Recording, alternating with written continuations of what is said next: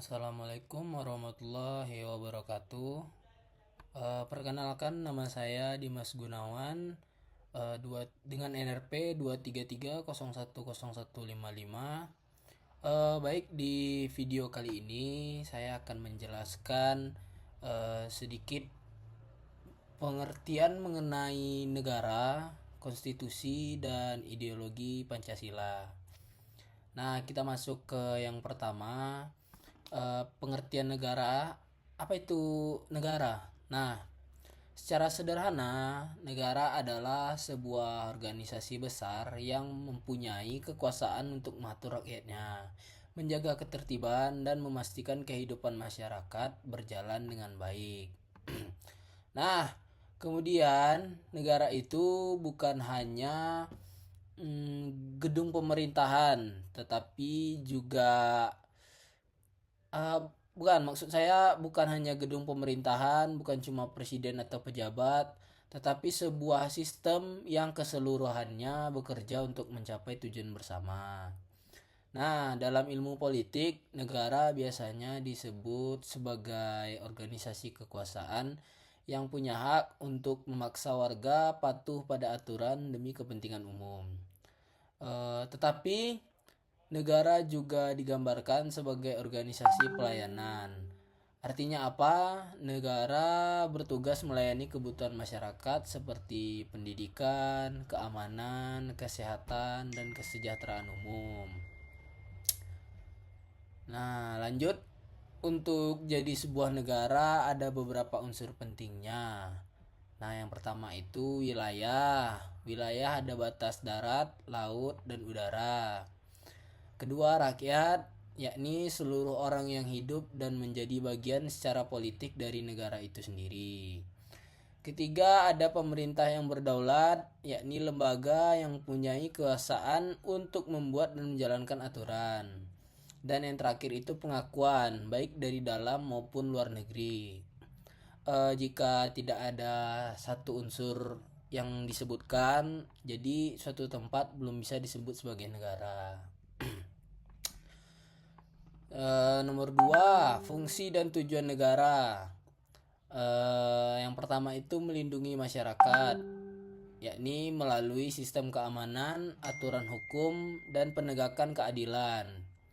Nah, yang kedua, mengatur kehidupan bersama, yakni aturan dibuat agar masyarakat hidup tertib, saling menghormati, dan tidak saling merugikan.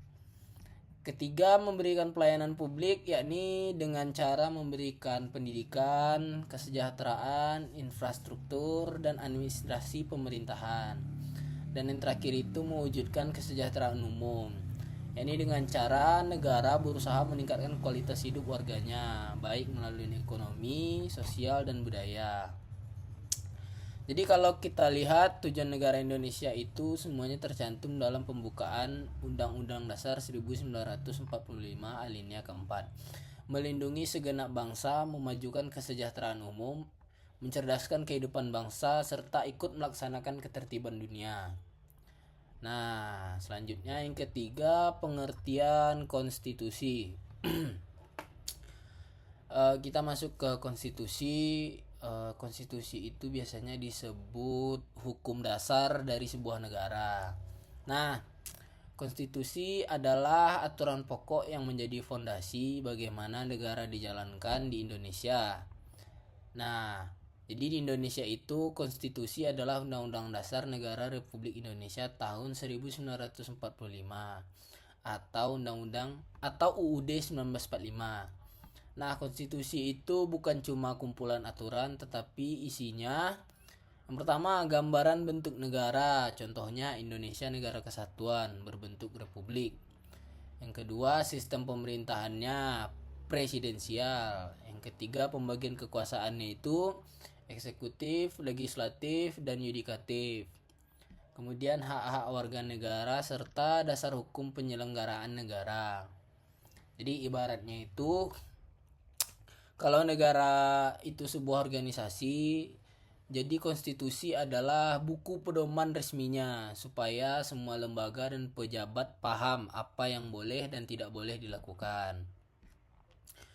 Kemudian 4, fungsi konstitusi. Jadi fungsi konstitusi itu apa? Nah, yang pertama itu sebagai sumber hukum tertinggi. Jadi semua aturan di bawah UUD harus sesuai dengan Undang-Undang Dasar 1945. Kedua, membatasi kekuasaan, yakni supaya pemerintah tidak bertindak sewenang-wenang. Contohnya kekuasaan presiden dibatasi masa jabatan dan kewenangannya. Yang ketiga, menjamin hak-hak warga negara, yakni dengan cara hak hidup, hak berpendapat, hak mendapat pendidikan. Yang keempat, memberi pedoman penyelenggaraan negara, yakni baik pusat maupun daerah harus mengikuti sistem yang sudah diatur. Jadi konstitusi itu tujuannya memastikan negara berjalan dengan tertib, terarah, dan tidak keluar jalur. Berikutnya yang kelima, hubungan negara dan konstitusi. Apa hubungannya? Jadi negara dan konstitusi itu dua hal yang saling melengkapi. Nah, negara butuh konstitusi supaya punya aturan dasar. Konstitusi ada dan berlaku karena negara menetapkannya sebagai hukum tertinggi. Nah, jadi tanpa konstitusi negara bisa kacau. Tapi tanpa negara, konstitusi juga tidak punya kekuatan apa-apa. Selanjutnya kita masuk ke 6, ideologi negara, yakni ideologi kita, ideologi Pancasila. Pancasila itu terdiri dari 5 sila. Yang pertama, ketuhanan yang Maha Esa, kemanusiaan yang adil dan beradab, persatuan Indonesia, kerakyatan yang dipimpin oleh hikmat kebijaksanaan dalam permusyawaratan perwakilan. Yang kelima, keadilan sosial bagi seluruh rakyat Indonesia. Jadi, apa itu ideologi? Jadi, ideologi pada dasarnya adalah kumpulan nilai, keyakinan, dan prinsip yang menjadi panduan dalam menjalankan kehidupan berbangsa dan bernegara. Jadi, ideologi itu berfungsi sebagai kompas moral bagi negara dalam mengambil keputusan dan membuat kebijakan. Kemudian Pancasila sebagai ideologi terbuka. Apa artinya? Jadi nilainya tetap tidak berubah. Cara kita menerapkan nilai itu bisa menyesuaikan perkembangan zaman. Contohnya, nilai kemanusiaan tetap, tetapi penerapannya di era digital bisa berupa perlindungan data pribadi. Kemudian nilai musyawarah tetap, tetapi bentuknya bisa melalui sistem demokrasi modern. Kemudian fungsi Pancasila dalam kehidupan bernegara, yakni yang pertama sebagai dasar negara, yakni semua aturan hukum dan kebijakan harus sesuai Pancasila. Yang kedua sebagai ideologi bangsa, yakni Pancasila menjadi pandangan hidup dalam berbangsa dan bernegara. Yang ketiga sebagai pemersatu bangsa, yakni justru Indonesia itu kan beragam, jadi Pancasila itu adalah titik temunya. Yang keempat sebagai sumber moral dan etika politik, yakni pejabat negara harus menjadikan Pancasila sebagai pedoman dalam membuat kebijakan. Nah, yang terakhir itu sebagai cita-cita dan tujuan bangsa, yakni keadilan sosial menjadi tujuan akhir yang ingin dicapai negara.